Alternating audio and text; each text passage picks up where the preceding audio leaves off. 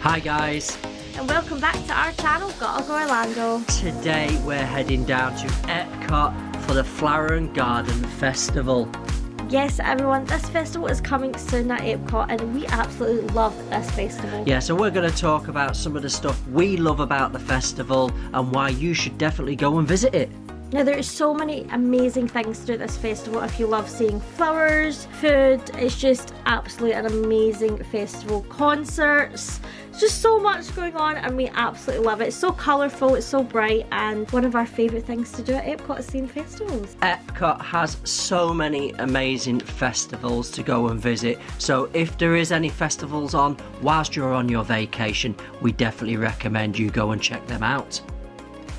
This year's Epcot International Flower and Garden Festival will start March the 1st and run right the way through to July the 5th. So everyone, today we're going to give you a rundown of why you should visit this festival. Now, not all the details have been revealed yet, so we'll give you as many facts as possible. We will let you know on our website, gottagoorlando.com, when everything is revealed. Like we said before, we love this festival. It goes for quite a lengthy time because there's just so many amazing topiaries. That's one I've got to say, that's one of my highlights. I could go round and around and around, take so many different pictures, and I'll still want to go back and see them again. Yeah, it's a great springtime event. Go down and see it. Now the first thing to actually see is the great thing is about this event is it's all included in your park admission. So if you are visiting and you've already got a ticket, you've got a park reservation, then you can definitely get into this festival. Yeah, no extra cost. What I personally love about it is strolling through the breathtaking gardens, finding the topiary sculptures around and just exploring and finding. But before you even start, don't forget to grab your passport at the entrance. Yes everyone, that will help you find all the different food booths and basically pre-look at what you maybe want to actually purchase food wise, because there is a lot of food during this festival. So many different options. The only thing is, you've got one question to ask yourself when you get in the park, is are you going left or are you going right? Yes, is it to Mexico or Canada? The decision's yours, guys. We just find it totally fun to explore the lagoon and World Showcase and find the outdoor kitchens and embark on a mouth-watering mission to taste our way around the full park. Yes, this year there's going to be more than 15 outdoor kitchens, so many different foods and so many different beverages. Like we say, you'll never go hungry in Epcot. Enjoy exploring. Obviously the most important thing though is collecting your stamps in your passport so you can redeem them stamps for a free food item at the end of your hunt. Now here is a list of some of the new topiaries that will be making its debut at Epcot's International Flower and Garden Festival. From the hit movie Enchanto, they will be getting some new topiaries, plus a new Princess Tiana topiary will be making its way to the American Pavilion. We also have some returning favourites: Snow White and the Seven Dwarfs, Peter Pan, Tinker Bell, Captain Hook, TikTok Croc, Figment, Anna, Elsa, and so much more. Everyone, let us know what your favourite topiary is at Epcot. Now everyone, the popular Garden Rocks concert series is back, featuring favourite tunes at the American Gardens Theatre. But more details about this musical lineup will be revealed soon. So this year Disney has announced that Citrus Blossom will move to a new location at the Odyssey with fresh new menu items. This year's festival merchandise will be a 70s inspired Orange Bird theme, and we cannot wait to see this merch. We love merch, don't we? Yeah, we love merch. If it isn't Figment, it's Orange Bird. If it isn't Popcorn Buckets, it's Pops. If it isn't Pops, it's always something. Lego. If it isn't Hoodies. Lego, it's Lounge Flies. Hoodies. If it isn't Lounge Flies, it's Ears. Ears, it's always something. Basically, Emma likes to spend money. So I can't wait to see this merch because, like I say, we do love Orange Bird. We'll really be charging to the Orange Bird shop. Running. Running. Not screaming in people's faces because we don't do that, but running. Now, right now, Festival of the Arts is on, and we love this festival. Yep. It's so colourful, the food is amazing. We really love that Skittles cake. That is like one of our top items. Now, the grilled cheese is really good as well. Try that grilled cheese. You need to get to that grilled cheese. So if you are, but like I say, we just can't wait for this festival. But if you're interested in that vlog, there'll be a card right above. Yes, everyone, and that is a full guide to that amazing festival. So whilst you're travelling around the park, you can take in the great aromas of all the blossoms. But now we're going to go and do some facts about the park and the World Showcase and everything to do with flower and garden. So one of the first things you'll notice when you enter the park is the colour from the 30 million different blooms. Literally cover and blanket the park. Yeah, it really is. It's one of the most colourful. Obviously, we're doing the Festival of the Arts right now. That is really colourful. As a lot of you know, I absolutely love flowers. So this is just like a dream come true. I could take pictures all day of flowers. Literally, I can cram Shane's phone full of pictures of flowers. And there's 48 different varieties of bedding plants producing that sea of colour. It's just absolutely amazing. Plus, there's over 60 different species of trees and 47 different types of palms. That is absolutely amazing. This is the flower festival, so I mean, you're going to expect to see absolutely every type of flower here. So, I mean, if you love your flowers, this is definitely the festival for you. Now, we have mentioned this before in previous vlogs and our sit-down talks that it takes them a full year to prepare for these festivals. So, like right now, with Festival of the Arts, they'll be already preparing for next year's festival, and then the minute Flower and Garden starts, they're already preparing for next year. So they're always getting, basically, it's a year in advance, and it's absolutely amazing. Like, the amount of work and effort and everything that goes into these festivals is absolutely amazing. So it takes approximately 400 Walt Disney World horticulturists to install the festival landscape. Over 300 acres of festival and more than 1.5 miles of gardens.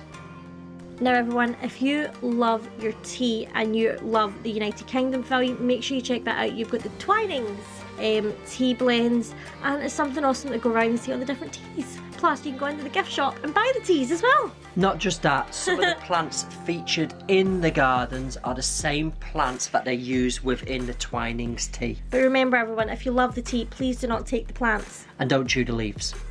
Well, there's that many flowers like we've spoke about. It's just absolutely crazy the amount of flowers. It's absolutely amazing, and like I say, it's one of my favourite festivals. It's so colourful, the weather's amazing, so many amazing drinks, and it's just a great atmosphere at Epcot. Now, one of the noticeable things when you walk in the park and you get past obviously Spaceship Earth, there's over 100 of them. 100 flower planters floating in Future World. It's really beautiful, and they have LED lights in them, so at night time it just looks absolutely amazing. And like I say, I've got so many pictures of that from last time. It is crazy. Literally, I could post a picture every day, and by the time the festival comes round, I'll still have the ones from last year. There's that many. But no, I absolutely love it. And do you know what? I can't wait. I love Epcot. When we met, and I said to Shane, he's like, I love Magic Kingdom. Magic Kingdom's always going to be at my top, but Epcot is just, it's right side on side. Like, I just love Epcot so much. I just love it. So guys, one of our top tips is, if you're not visiting for the Garden Rocks Festival, is to go sort of early to midday, because in the evenings it does get a bit crazy busy, like shoulder to shoulder. Obviously, if you're going to see Harmonious, it's going to be busy. If you're going to go and see the Garden Rock Festival, it's going to be busy. But if you want to take your time and enjoy the gardens and enjoy the topiaries without the stress of the park being absolutely crazy busy, we suggest going sort of morning to mid-afternoon.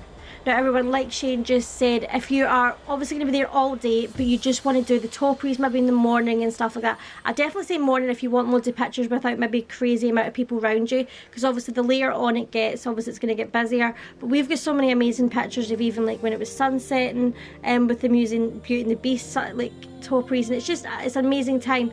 Now, one thing just to remember, that Harmonious is ending on April the 2nd, with Epcot coming back on April the 3rd. So just remember, probably that week before leading up to it might get a bit crazy, people wanting to see that show. So those night times might be really, really busy, just because obviously that show is ending, with Epcot Forever coming on April the 3rd. Plus later this year we're going to have a brand new show. So there's some great news, Emma. Spike's Pollination Exploration will be back again. Yes, now we did do this on last year's event. We were going around trying to find them. Trying to find this bee. But yeah, we absolutely love this. So the springtime scavenger hunt is for all ages. It's fun. It really is. It really is, and they're very well hidden, may I just add. So yeah, follow Spike, the bee, on his pollen trail. So like we said, this is a great scavenger hunt. Now you can purchase the little map, and you put little stickers, and then you get like a little prize at the end. So it's really fun for all the family. I hope it's a little spike. That'd be awesome if you got like a little spike. I've done these quite a lot because remember What did you get? They were like little Easter eggs. Remember the one year I got like little Easter eggs, you could open them up. Remember I've showed you that I've got like 3 or 4 of them. Oh yeah. And they're just like little Easter eggs that you could open up. I can't remember, I don't think anything was inside them, but Well, that's disappointing. but I've got like a mini one, a Mickey one, and I remember they're just like little eggs. It's just something fun to do when you're going around, and especially if it's great to break it up if you're eating a lot in the day and you're maybe doing on the rides. It's just something fun to do. Now, one of my big highlights, apart from obviously the topiaries, is going into the butterfly house. I absolutely love the butterfly house. The butterfly house is amazing to get up close and personal with these beautiful, stunning butterflies. Now, one thing I would recommend is either go in morning or maybe early afternoon. Don't go too much nearly into the evening because they sort of are a bit more sleepy at night. They've been flying around all day. Yeah, they tend to sort of at night time disappear into the shrubs and rest. Because like what Disney do is they put a lot of food out, like a lot of fruits and that. I think it's to keep them out and about all day, but by the time the evening comes round, they sort of start to disappear within the trees. So I would definitely say early morning to early afternoon is the perfect time to see them because they're literally just everywhere. There's over 600 native butterflies that can be found in here, which is just magical really. It's such an experience. You definitely have to go and check it out, but make sure when you're leaving that you've got no one on your shoulder. Yeah, not any like little extra family members coming escapees. So another thing is the Italian pavilion features and produces herbs needed to create classic Italian feasts.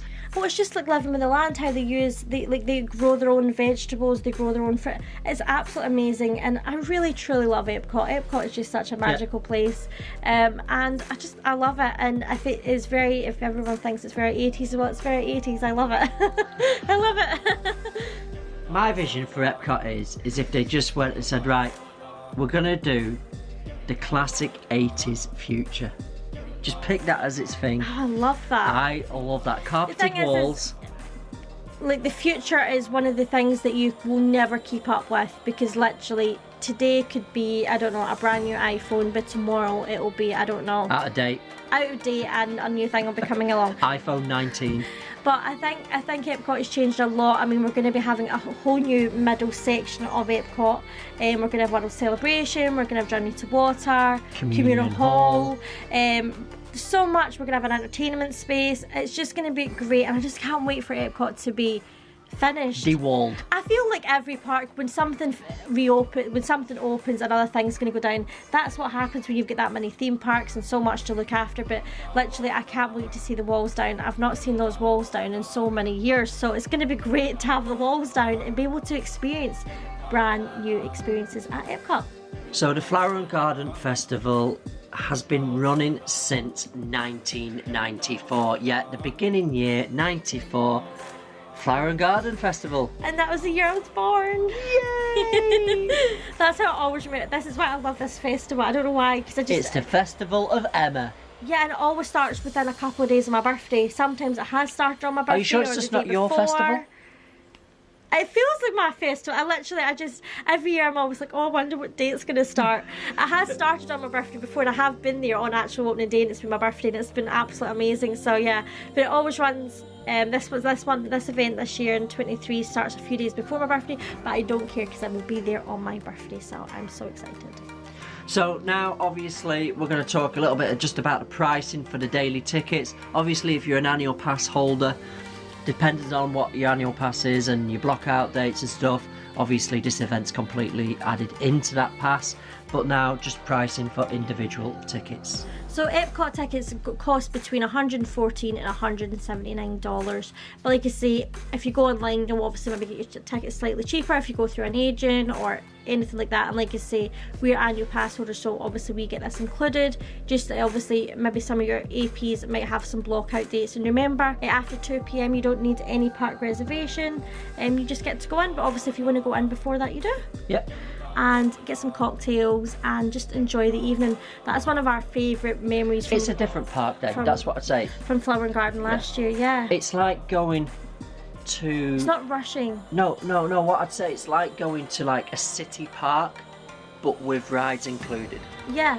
It's not like a theme park day. I don't see Epcot as a theme park day. It's not the stress of getting in the queues and running around, riding the rides. Like I say, we're so fortunate and we're so grateful to be obviously APs and live here. And like I say, that's one of our favourite things. We do a lot of like date nights, so that's what we do. We just go in, maybe go on a few rides if it's low weights, but we don't like rush round. No, you can just take your time, explore, and just enjoy and soak up all that colour and Epcot vibes. I feel like when we speak to a lot of our friends that are here on vacation, they always say that the Epcot is just a bit more of a chilled day compared to like your Magic Kingdom or your Hollywood Studios, where you're really rushing round. Trying to beat the queues. You really are. But it's just a nice relaxing day, and it's like I say, it's one of my favourite festivals. I'm not going to say it's my favourite festival because I do love a bit about every festival. Love Festival of the Arts, like we say, because that's on right now, and it's all about Figment. Obviously we've just finished as well Festival of the Holidays, that we absolutely love, that giant Christmas tree. That's amazing. Epcot is like literally festival off festival. Yeah. It's like a conveyor belt of festivals. But it's a perfect place for it. Yeah. It's the perfect place to do it because obviously you've got all the countries, so you get something a little bit from each country as well. Everyone, let us know what your favourite country is in World Showcase, and what's your favourite festival. Like we said, because we love something from each festival. Yeah. Now, a little sneaky top tip is the Canada Pavilion.